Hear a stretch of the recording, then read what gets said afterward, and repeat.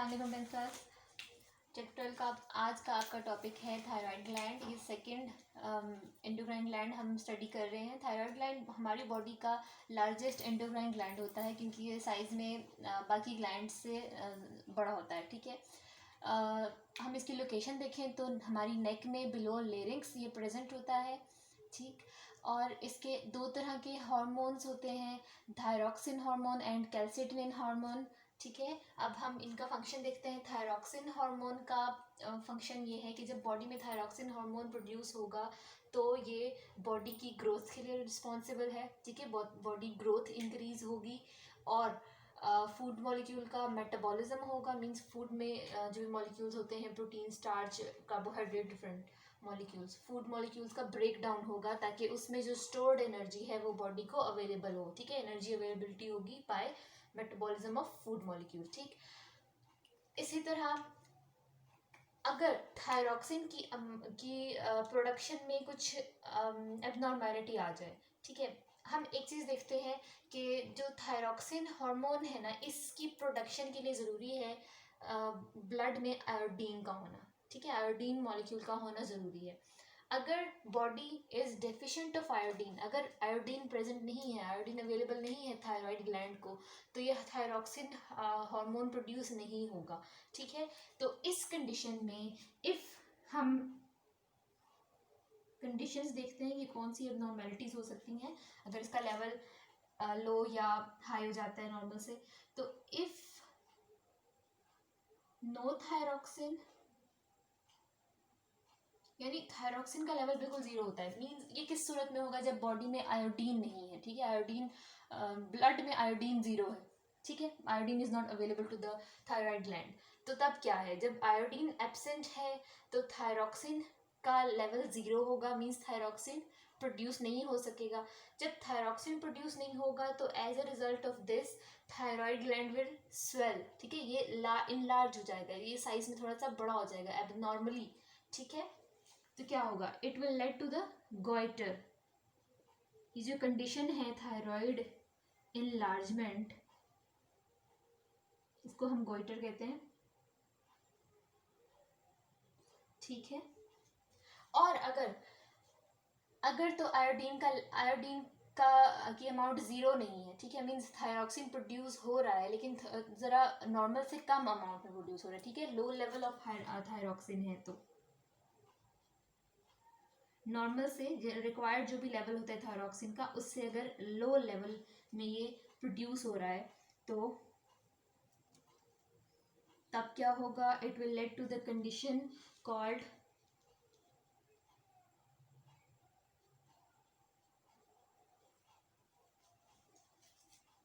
Hypothyroidism. ठीक है, और इस कंडीशन में क्या होता है, हार्ट बीट, क्योंकि इसने फूड मॉलिक्यूल की break, thyroxine was responsible for the food metabolism और एनर्जी अवेलेबिलिटी, तो क्या होगा, बॉडी में बहुत लेस एनर्जी प्रोड्यूस होगी। ठीक है, less energy will be available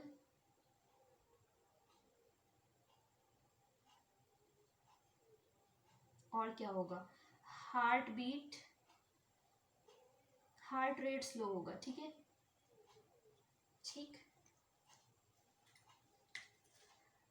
ये तो था जब थायरॉक्सिन की अमाउंट ज़ीरो है या थायरॉक्सिन लेस अमाउंट में प्रेजेंट है। ठीक है, लेकिन अगर थायरॉक्सिन अपने नॉर्मल लेवल से हाई अमाउंट में प्रोड्यूस हो रहा है तो तब भी it will lead to abnormal condition, जिसे हम कहेंगे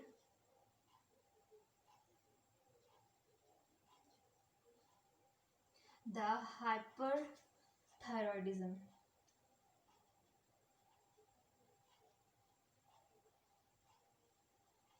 और इस कंडीशन में क्या होता है, हाइपरथायरॉयडिज्म में बिल्कुल इसका ऑपोजिट होगा, बहुत high amount of energy body में जनरेट होगी। ठीक है, बिला वजह एक जो पर्सन होगा बहुत ज़्यादा एक्साइटेड फील करेगा।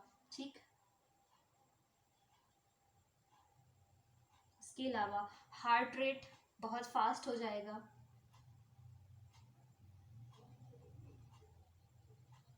ठीक, और क्या होगा, एक्सेसिव स्वेटिंग होगी, बहुत ज़्यादा पसीना आना जिसे हम कहते हैं, एक्सेसिव स्वेटिंग होगी, और हाथों का कांपना, ठीक है। ठीक, ये कपकपी क्यों होगी? हाई अमाउंट ऑफ एनर्जी की वजह से, ठीक है। तो हम इसको फिर से देख लेते हैं, एक बार समराइज कर लेते हैं।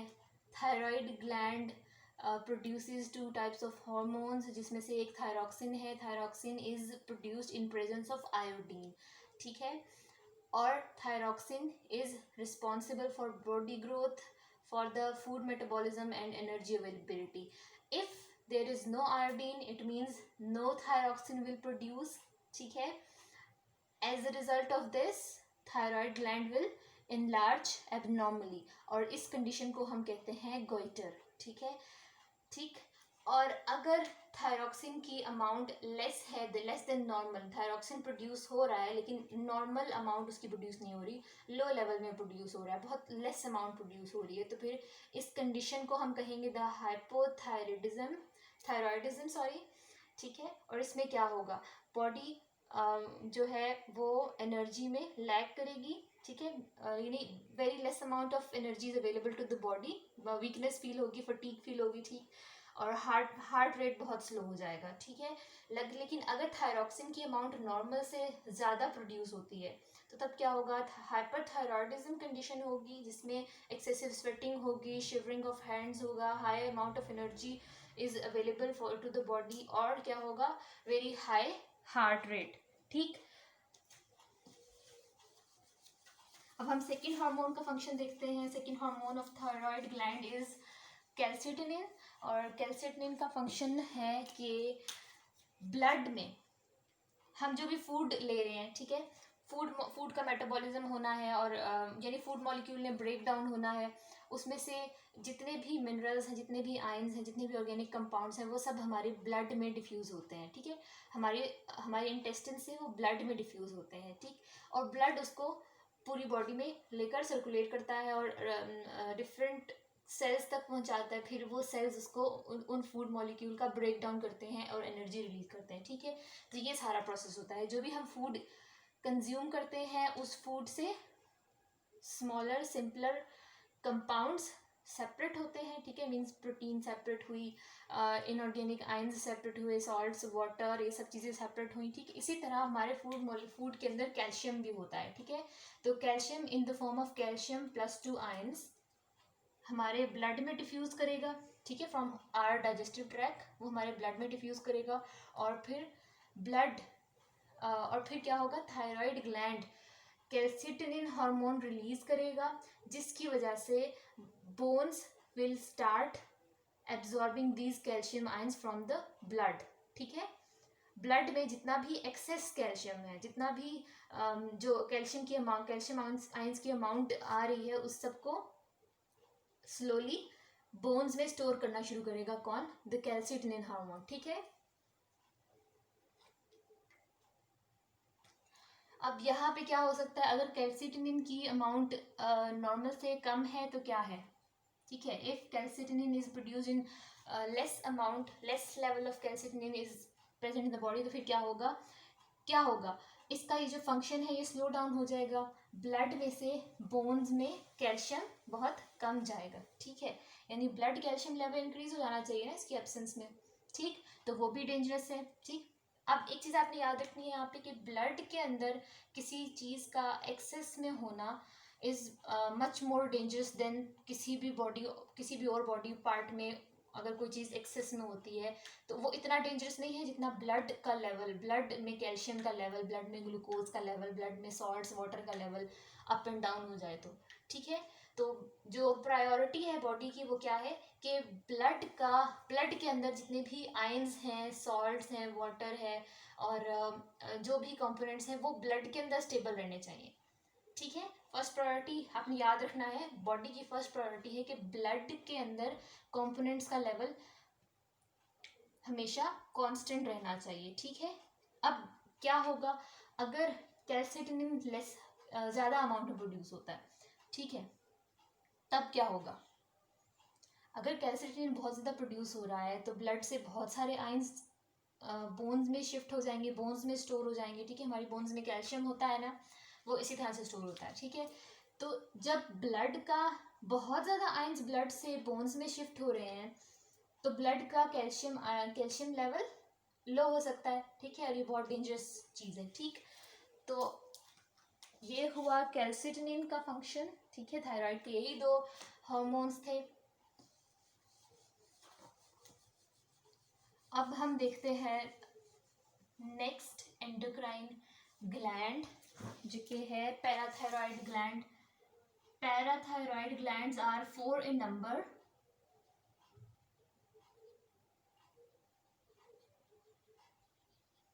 ठीक है, जैसे कि इनका नेम इंडिकेट कर रहा है कि थायराइड से इनका कुछ लिंक है, थायराइड ग्लैंड से। तो they are present posterior to the thyroid gland, ठीक है। ना सिर्फ ये उसके बैक पे प्रेजेंट है, बल्कि इसके जो हार्मोन्स हैं वो भी थायराइड के इन रिलेशन ही काम करते हैं, ठीक है। अभी हम आगे देखते हैं। तो thyroid parathyroid glands are 4 small glands which are present posterior to the thyroid gland। और इनका काम क्या है, इनका एक ही हार्मोन है, दैट इज द पैराथॉर्मोन,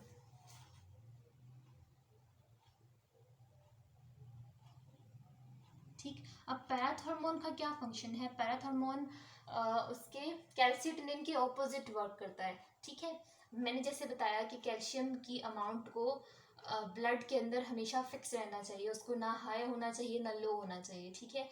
तो जब ये पॉसिबल है कि कैल्सिटोनिन का कभी लेवल लो या हाई हो सकता है, ठीक है। कुछ बॉडी कंडीशन की वजह से कैल्सिटोनिन कभी नहीं प्रोड्यूस हो रहा या हाई अमाउंट में प्रोड्यूस हो रहा है, तो ऐसे तो ब्लड कैल्शियम लेवल डिस्टर्ब हो जाएगा और बहुत डेंजरस चीज़ है, ठीक है।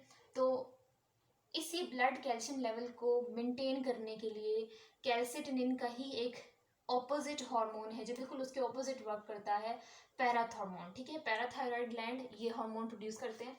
इनका काम क्या होता है, पैराथॉर्मोन का काम ये होता है कि it moves calcium ions from bones to blood when it is needed, ठीक है। जब ब्लड के अंदर, जब बॉडी में ऐसी कंडीशन हो रही है कि ब्लड के अंदर कैल्शियम का लेवल ड्रॉप कर रहा है, ठीक है। आप जो फूड ले रहे हो वहाँ से उसमें इनफ कैल्शियम नहीं है, ठीक है। तो फूड आपका कैल्शियम डेफिशिएंट है, ठीक। तो क्या होगा, ब्लड के अंदर से तो due to the presence of calcitonin blood का तो कैल्शियम आयंस सारे बोन्स में मूव कर रहे थे, ठीक है। तो अब मजीद फूड में तो कैल्शियम आ नहीं रहा, तो अब क्या होगा, पैराथायरॉयड ग्लैंड एकदम से एक्टिव होगा, ठीक है। It will release the parathormone. Parathormone का क्या एक्शन होगा फिर कि ये जो ब्लड के अंदर जो बोन के अंदर कैल्शियम स्टोर हुआ है उसको वापस ब्लड के अंदर मूव कराएगा, ठीक है, to make a constant level of calcium ion in the blood, ठीक है, सही।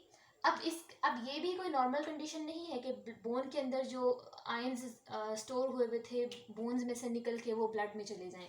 ब्लड फर्स्ट प्रायोरिटी थी, वो तो बच गया, ठीक है, उसको जितना जो रिक्वायर्ड था वो उसे मिल गया, ठीक। लेकिन ये जो पैराथॉर्मोन की प्रोडक्शन है, इसकी वजह से अगर बोन्स में से ज़्यादा कैल्शियम आयंस ब्लड में मूव करते रहेंगे तो हमारी बोन्स क्या हो जाएंगी, जैसे खोखली हो जाती हैं, ठीक है, मतलब उनकी स्ट्रेंथ ख़त्म हो जाती है, ठीक। तो they will be more liable to break, ठीक है।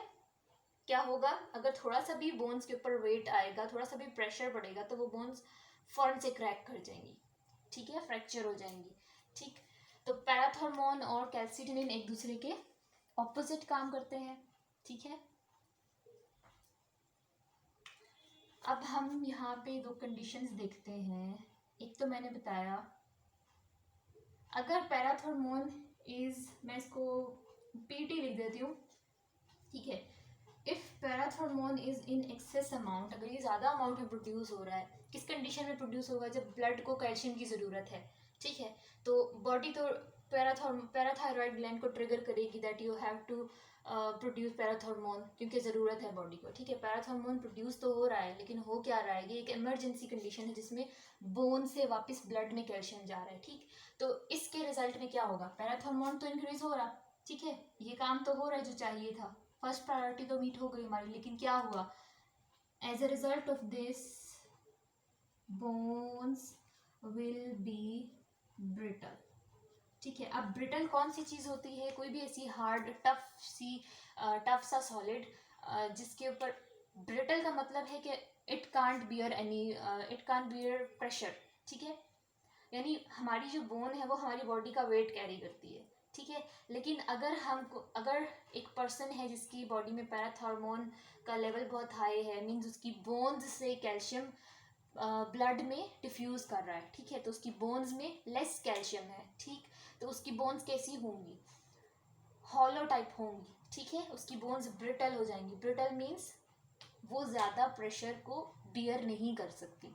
ठीक है, ज़्यादा वेट कैरी नहीं कर सकेंगी, ज़रा सा पे प्रेशर अप्लाई होगा तो वो ब्रेक हो जाएंगी पॉइंट से। ठीक है, ब्रिटल का ये मतलब है।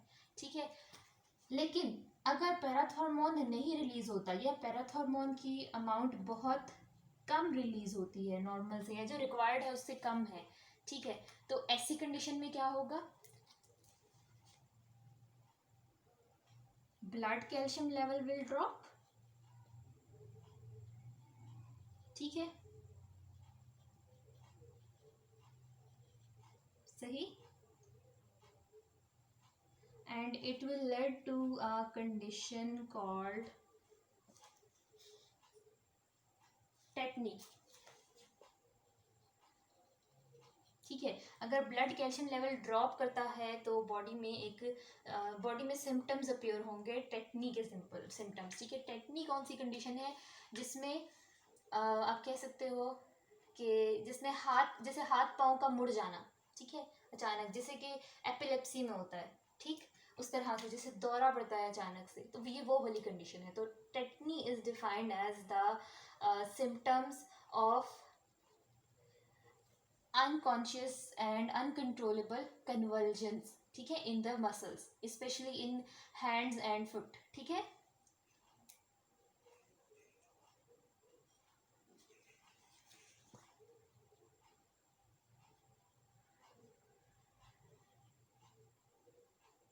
involuntary and sudden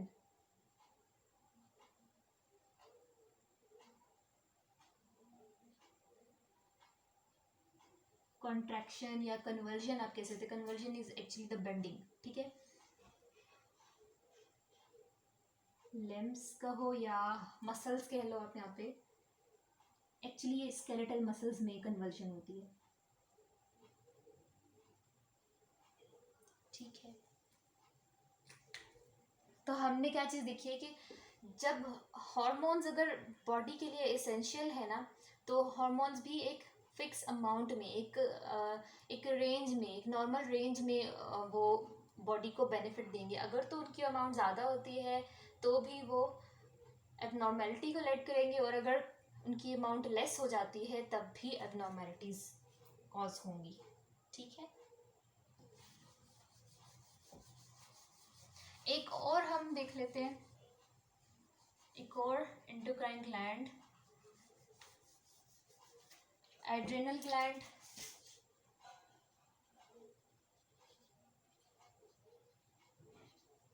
अब ये क्या है, नेम से इंडिकेट हो रहा है दैट इसके अंदर क्या आ रहा है, रीनल। ठीक है, रीनल मैंने क्या बताया था, renal is the scientific name for kidney. ठीक है, कहीं भी इस तरह से वर्ड आए कि जैसे renal transplant means kidney transplant. ठीक है, जैसे कि रीनल ब्लड वेसल्स, वो ब्लड वेसल्स जो किडनी को या किडनी की तरफ से ब्लड लेकर आ रही है। ठीक है, तो आपने याद रखना है renal word is the scientific name for kidney. ठीक, तो एड्रेनल ग्लैंड यानी इसका कुछ ना कुछ लेना देना होगा किडनी के साथ, इस ग्लैंड का। तो अगर हम किडनी का स्ट्रक्चर देखें तो इसके कुछ इस तरह से होता है किडनी का स्ट्रक्चर। यहाँ पर एक येलोइश सा वाइटिश सा टिश्यू होता है किडनी के ऊपर हमेशा। ठीक है, जो हमें लगता है कि फैट है, वो असल में एड्रिनल ग्लैंड होता है, ठीक। और दोनों किडनीज के ऊपर होता है ये। तो हमारी बॉडी में 2 एड्रिनल ग्लैंड्स होते हैं which are present above each kidney, ठीक है। और इनका काम क्या होता है? एड्रिनल ग्लैंड भी 2 हार्मोन्स प्रोड्यूस करता है।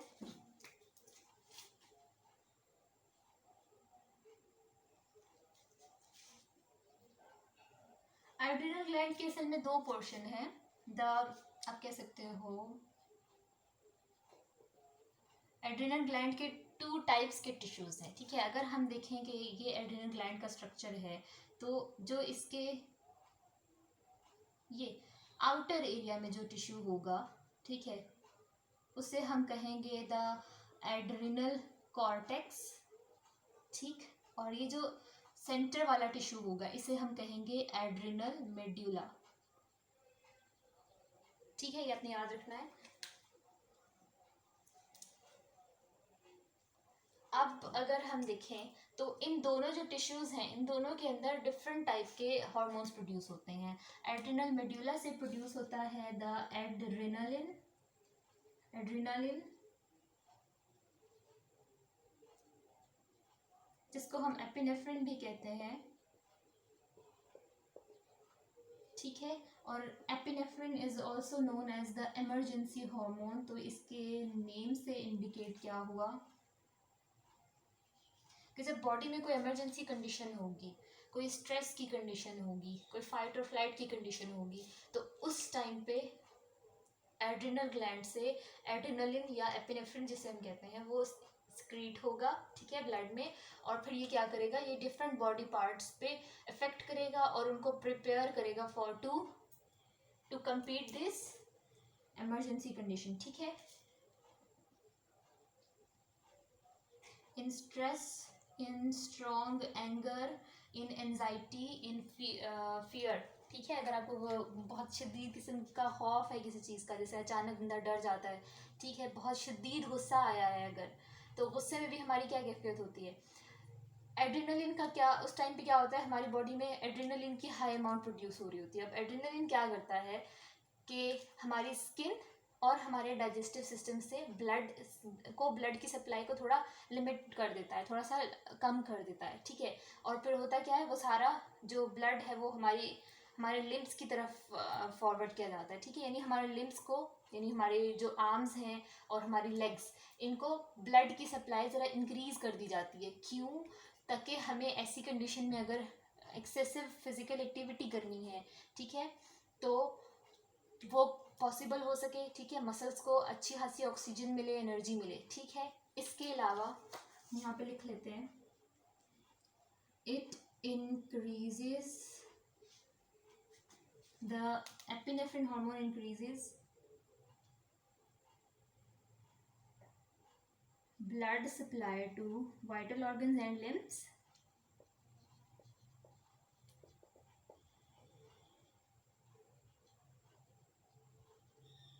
और वाइटल ऑर्गन्स कौन से हैं, द हार्ट, ब्रेन, ठीक है। और क्या होगा, हमारा हार्ट रेट इंक्रीज होगा, heart and breathing rate increase होगा to meet the energy need, ठीक है। और क्या होगा, skin and digestive system will get less oxygen नहीं, लेस अमाउंट ऑफ ब्लड,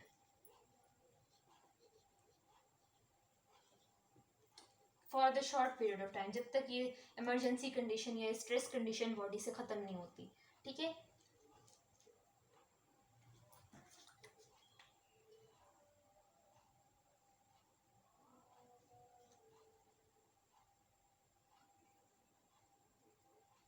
इसके अलावा एड्रिनल ग्लैंड, ये तो था एड्रिनलिन का फंक्शन, ठीक।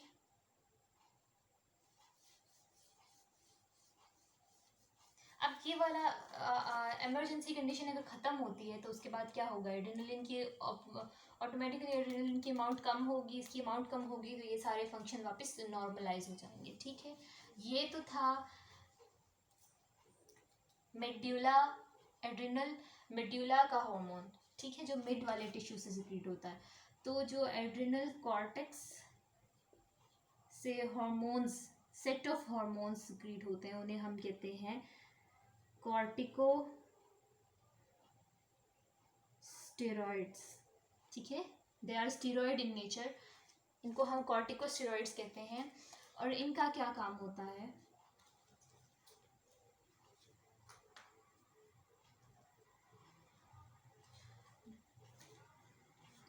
salt and water balance in body। ठीक है,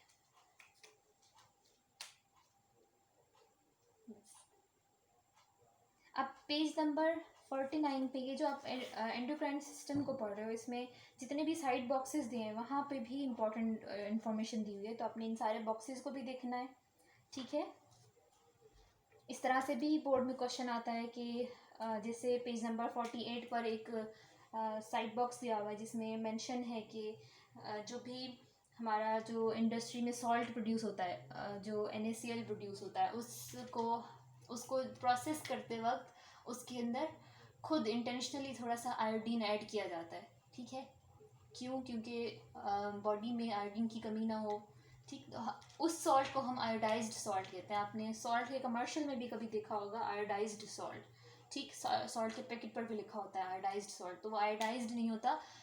असल में जो सॉल्ट है NaCl टेबल सॉल्ट जो है वो नेचुरली आयोडाइज्ड नहीं होता, नेचुरली उसमें आयोडीन नहीं होता, लेकिन हमारी जो बॉडी की नीड है उसको पूरा करने के लिए आर्टिफिशियली इंडस्ट्रीज उस सॉल्ट के अंदर आयोडीन मिक्स करते हैं। ठीक है, इसी तरह यहाँ पे और भी बॉक्सेस हैं पेज नंबर 49 पे, जिसमें कैल्सिटिनिन और पैराथॉर्मोन का आपस में कम्प्लीमेंट्री रिलेशन बताया। कम्प्लीमेंट्री रिलेशन मतलब ये दोनों एक दूसरे के ऑपोजिट वर्क करते हैं। ठीक है, इसी तरह टेक्निक को भी डिफाइन किया है और स्ट्रेस कंडीशन को भी डिफाइन किया है, यानी इमरजेंसी कंडीशन को भी। तो ये बॉक्सेस भी अपने साथ में करने हैं।